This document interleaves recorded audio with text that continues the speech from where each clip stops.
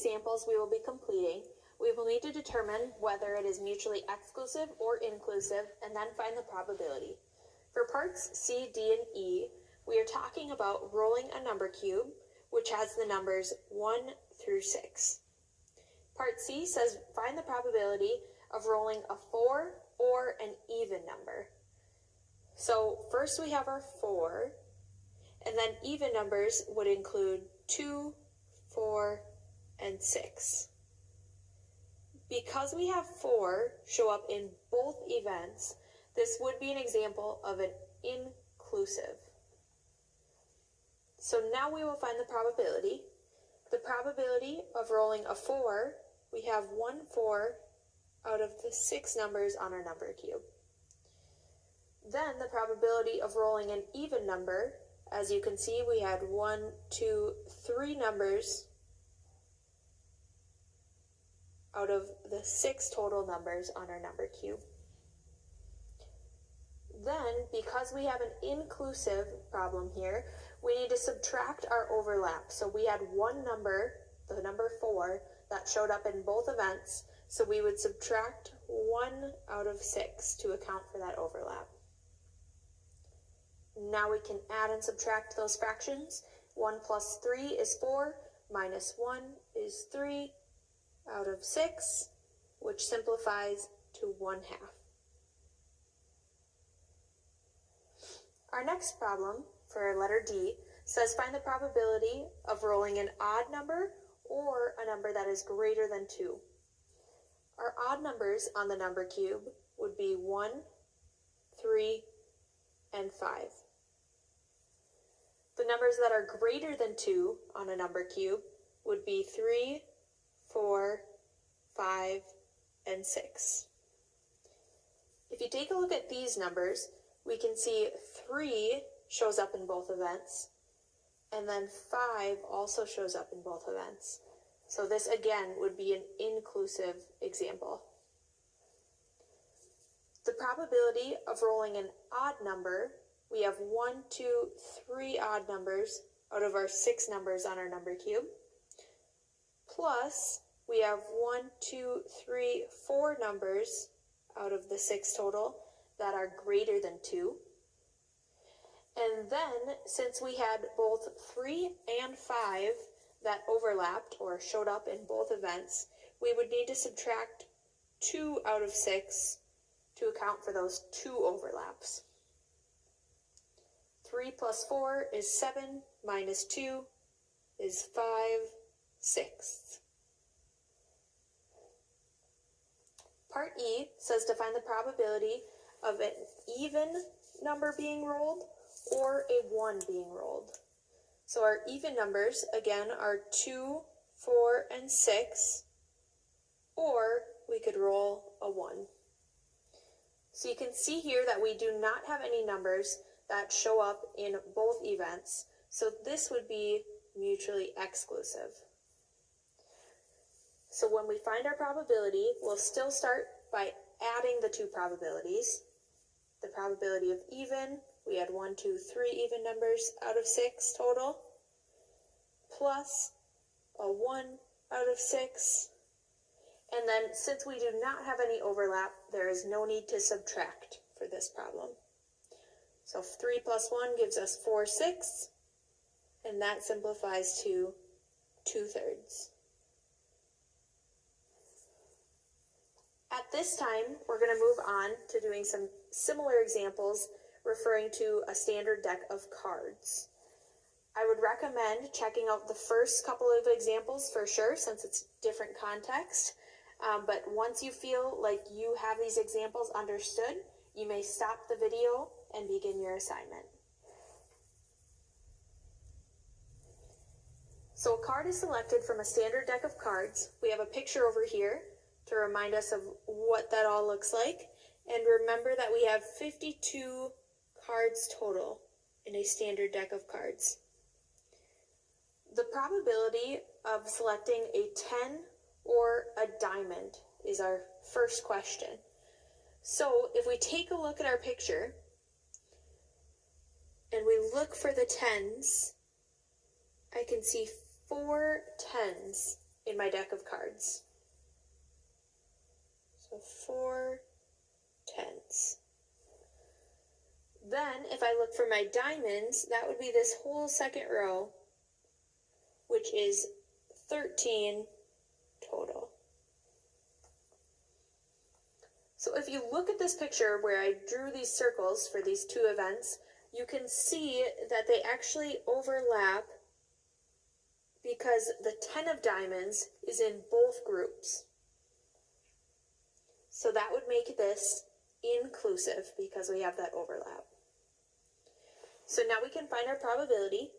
We had 4 10s out of the 52 total cards, plus 13 diamonds out of our total 52 cards.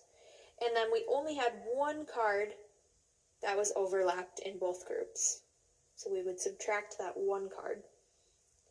4 plus 13 is 17, minus 1 is 16 out of 52. Then we can go ahead and simplify that, and we get 4 13ths. Our next question, number 4, says to find the probability of drawing an ace or an 8. So if we look at our picture over to the right and look for our aces, we have 4 aces.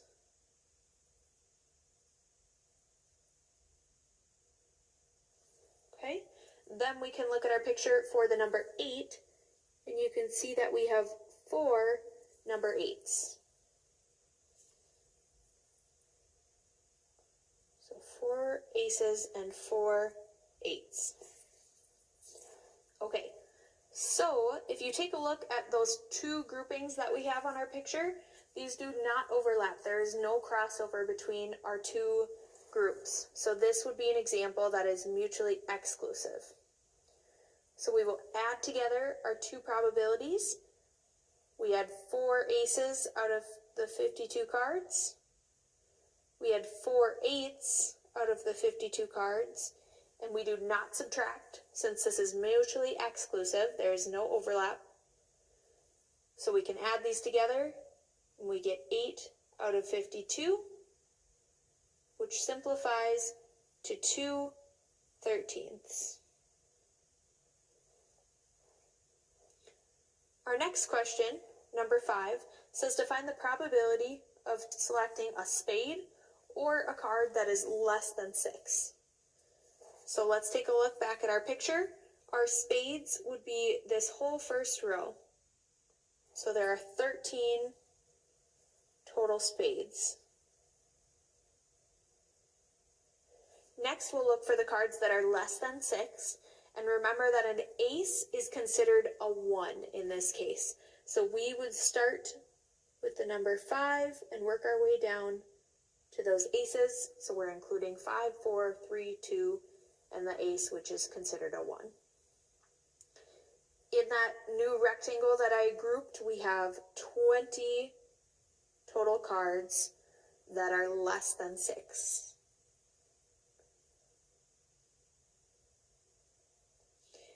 We do happen to have an overlap. So here, if you zoom in, there's an ace of spades, 2 of spades, 3 of spades, 4 of spades, and 5 of spades. So that is 5 total cards that we have that are being overlapped. So this would be inclusive because they are in both groups. So to find our probability, we take 13 spades out of 52 cards plus 20 cards that are less than 6 out of our 52 cards. And then we subtract our overlap, which was 5 cards out of 52 total cards. 13 plus 20 is 33, minus 5 is 28 out of 52, and we can simplify that to 7 13ths. Number 6 says to find the probability of drawing a king or a heart. So if we look at our picture, we have 4 kings Then our hearts would be this entire fourth row, which is 13 total cards that have a heart. And you can see that we do have one card, the King of Hearts, that is in both groups. So this would be another example that is inclusive. So to find our probability, we have 4 kings out of 52 total cards, plus 13 hearts out of 52 total cards, and then we need to subtract our overlap, which was just 1 card out of the 52 total.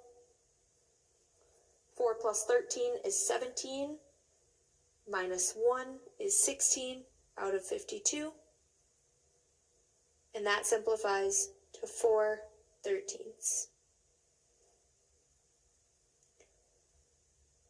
Our last example says to find the probability of drawing a red card or a face card.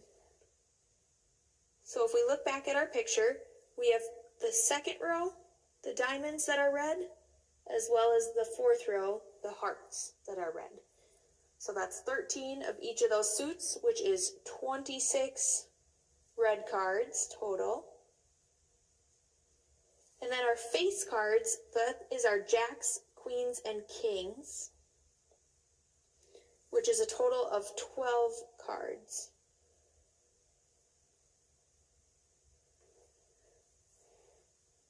We do have an overlap with our Jack, Queen, King of Diamonds, as well as our Jack, Queen, King of Hearts. You can see that those groups are overlapping. So this would be an inclusive example.